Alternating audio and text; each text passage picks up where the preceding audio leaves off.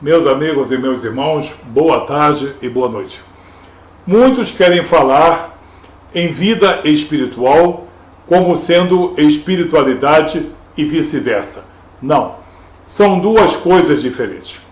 Espiritualidade é o estado mais primitivo do homem, seja ele bom, seja ele mau, seja ele um homem separado, santo ou seja ele profano. Todos nós temos um espírito, então todos nós temos uma espiritualidade. O indivíduo pode ser ateu, o indivíduo pode dizer que é, no caso, agnóstico, mas ele tem um espírito e, de qualquer forma, a sua postura perante as Escrituras e perante Deus já é uma manifestação da sua espiritualidade. Espiritualidade é algo primitivo, é algo basal, porque todos nós temos um espírito. Por definição de espiritualidade, demônios e anjos têm espiritualidade. Só que os anjos são criados para um relacionamento com Deus e com os homens a serviço de Deus, portanto, eles têm vida espiritual. Muito bem. É muito diferente e é muito importante a concepção de vida espiritual, porque Jesus veio nos dar vida espiritual, mas não veio dar de qualquer maneira. Vida espiritual é uma vida de relacionamento, é uma nova identidade, é uma vida de compromisso, é uma vida de aprovação, é uma vida de interação. Portanto, fica bem claro que espiritualidade nada tem a ver com vida espiritual. Como religiosidade só, nada tem a ver com vida espiritual. Vida espiritual tem algumas características. Em primeiro lugar, a vida espiritual é uma nova condição. Sim, é uma nova condição. Não é uma condição diferente, uma situação diferente. Não, vamos definir de maneira correta. É uma nova condição na nossa vida. Na vida que nós vivemos, nesta vida, nós passamos da espiritualidade para uma vida espiritual. Perante Jesus, perante Deus Pai, perante o Espírito Santo de Deus. É uma nova condição. Portanto, é algo completamente novo. Na carta de Paulo aos Romanos, no capítulo 6, versículo 4, ele bem explica: de sorte que fomos sepultados com ele, Jesus, pelo batismo na sua morte, para que, como Cristo foi ressuscitado dentre os mortos pela glória do Pai, assim andemos nós também em novidade de vida. Em novidade de vida. Portanto, em uma nova condição de vida. Uma vida de relacionamento. Graças a Jesus, graças à sua obra redentora, graças à sua intervenção soberana. Em segundo lugar, é uma concessão. Sim, ela é concedida, ela não é um direito do homem, muito menos uma conquista do homem através da sua sabedoria humana ou intelectualidade, ou da sua pressuposta espiritualidade muito avançada. Ela é uma concessão.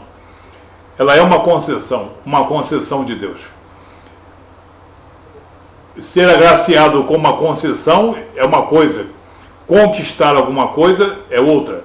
Vida espiritual não é uma, digamos, aquisição, não é uma conquista, é uma concessão. No livro do profeta Ezequiel, capítulo 36, versículos 26 e 27, muito bem explica Deus, através da boca do profeta, o que é essa concessão de um novo coração, de um novo espírito e de um espírito soberano. O que diz o texto? E dar-vos-ei um coração novo, e porei dentro de vós um espírito novo. E tirarei da vossa carne o coração de pedra, o coração insensível, e vos darei um coração de carne, um coração que pulsa, um coração que tenha bons sentimentos. Porém, dentro de vós, o meu espírito. Quer dizer, além de um coração novo e de um espírito renovado, o Espírito de Deus. Porém, dentro de vós, o meu espírito. E farei com que andeis nos meus estatutos e guardeis os meus juízos e os observeis.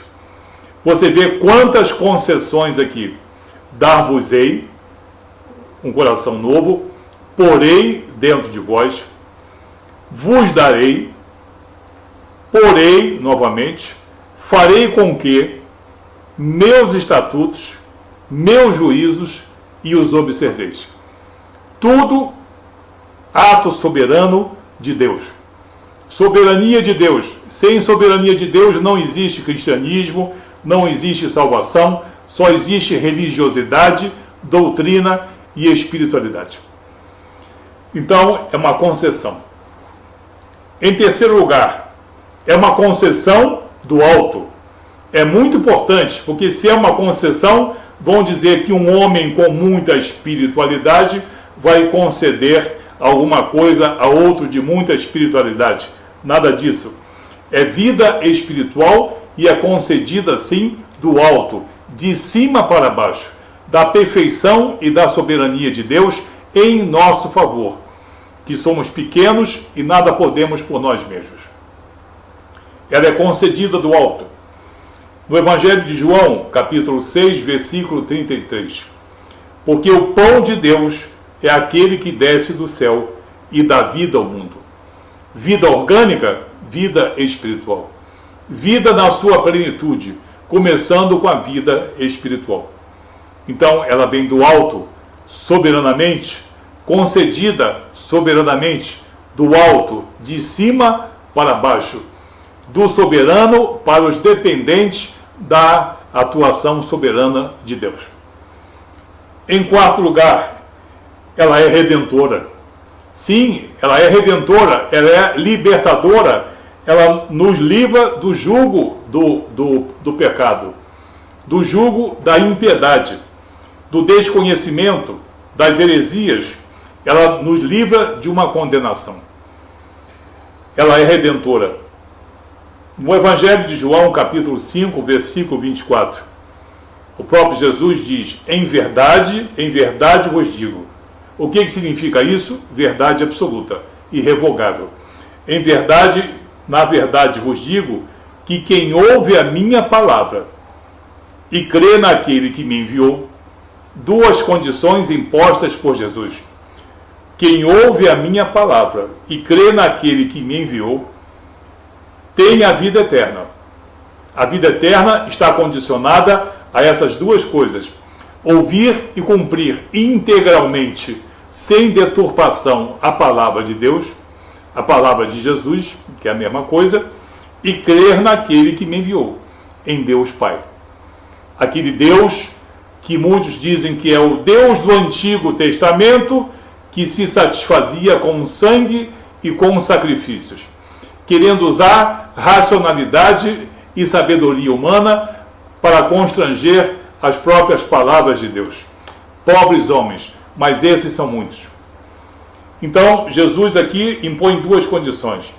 Vos digo que quem ouve a minha palavra e crê naquele que me enviou, e crer em tudo que ele permitiu, e tudo aquilo que ele recomendou, e tudo aquilo que ele também proibiu, tem a vida eterna e não entrará em condenação, mas passou da morte para a vida. Ele não tinha espiritualidade? Tinha espiritualidade antes disso, mas estava morto. Agora ele passou da morte para a vida, porque ele cumpriu as palavras de Jesus, a vontade de Deus Pai, que Jesus aqui no caso impõe, mostrando a coeternidade, a coesão perfeita, a coerência perfeita entre a vontade e o poder de Deus Pai e Deus Filho. Quem dissocia o Deus do Velho Testamento, o Deus do Antigo Testamento, de Jesus Cristo, está tentando fazer uma fragmentação na matriz judaico-cristã, e isso tem sempre um objetivo escuso doutrinário. Em quinto lugar, a vida espiritual, ela glorifica. Sim, ela glorifica o homem. O homem não se torna glorioso, porque a glória do homem não existe. A glória do homem só é colhida por ele mesmo. O homem que se glorifica em si mesmo é glorioso na sua pequenez. É uma glória minúscula, uma glória não perante Deus. Mas a vida espiritual, ela glorifica o homem na obra redentora de Jesus, na glória de nosso Senhor Jesus Cristo, na glória do Espírito Santo de Deus. Então essa vida espiritual, ao contrário da simples espiritualidade, ela glorifica o homem cristão, o homem convertido, o homem regenerado na obra redentora e na vontade soberana de Deus manifesta em Jesus Cristo. Na carta aos Romanos, capítulo 5, versículo 17. Porque se pela ofensa de um só, Adão, se pela ofensa de um só varão, a morte reinou por esse varão, pecador, muito mais os que recebem a abundância da graça e o dom da justiça reinarão em vida por um só, Jesus Cristo. Então, aqueles que viviam sob o pecado, que é a obra de desobediência do primeiro varão, o varão imperfeito, né? Agora viverão na abundância da graça e do dom da justiça, reinarão em vida por um só, Jesus Cristo, o varão perfeito, o varão da promessa, o varão que é perfeito na sua integridade. Reinarão, glorifica, que nós vivemos sob a glória de Deus. Nós cristãos vivemos sob a glória de Deus. Nós temos esse privilégio. Ele nos dá autoridade, ele nos dá destemor, ele nos dá direito espiritual e responsabilidade espiritual, capacidade espiritual e autoridade espiritual para defendermos a obra redentora de nosso Senhor Jesus Cristo. Porque obras de homens não nos interessam. O nosso interesse aqui é sermos gloriosos na glória de Deus, de Jesus e do Espírito Santo, vivendo e defendendo a sã doutrina. E em último lugar, essa vida espiritual, ela eterniza. Sim, ela nos eterniza. Cuidado, porque o juízo também é eterno. Cuidado, porque a condenação também é eterna. Para aqueles que dizem que não existe juízo, vem novamente a recomendação para que tenham muita prudência e não creiam naqueles que disseminam mentira. Existe juízo. Agora, existe o sofrimento eterno e existe também o gozo eterno. E o gozo eterno é para os que têm espiritualidade? Não, para os que têm vida espiritual. Vida responsiva à obra redentora de Jesus. Vida de obediência, reverência e subordinação à vontade soberana de nosso Senhor e Salvador Jesus Cristo. A tudo aquilo que ele exerceu soberanamente, nos trazendo a anulação de nossos pecados, a nossa justificação e a nossa reconciliação com Deus e nos concedendo o dom do Espírito Santo de Deus. Ela eterniza. No Evangelho de João, capítulo 6, versículo 27. Trabalhai não pela comida que perece, mas pela comida que permanece para a vida eterna, a qual o Filho do Homem vos dará, porque a este o Pai, Deus, o selou, Deus o consagrou. Ok? Então ela eterniza. Que comida é essa que não perece? Que comida é essa que permanece para a vida eterna?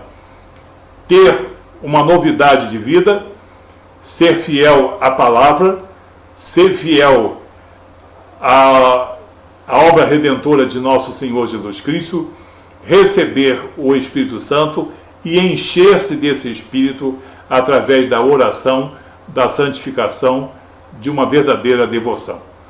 Então, nós vemos que a vida espiritual, muito diferente de uma simples espiritualidade, ela é uma nova condição. A vida espiritual é uma concessão, não é uma conquista do homem pela sua racionalidade ou pelas suas obras. Ela é concedida do alto, portanto, soberanamente, de cima para baixo, monergisticamente. Ela é redentora, ela glorifica, ela nos faz viver na glória de nosso Senhor Jesus Cristo e ela eterniza o nosso gozo, eterniza a nossa esperança de vida eterna, ela dá certeza dessa vida eterna. Que Deus abençoe você nessa palavra. E vamos diferenciar, não só na definição, mas na prática, compreender e também incorporar no nosso entendimento a diferença gritante entre uma simples espiritualidade, que pode ser muito exuberante, e uma verdadeira vida espiritual. Que Deus te abençoe, em nome de nosso Senhor Jesus Cristo, o pão da vida.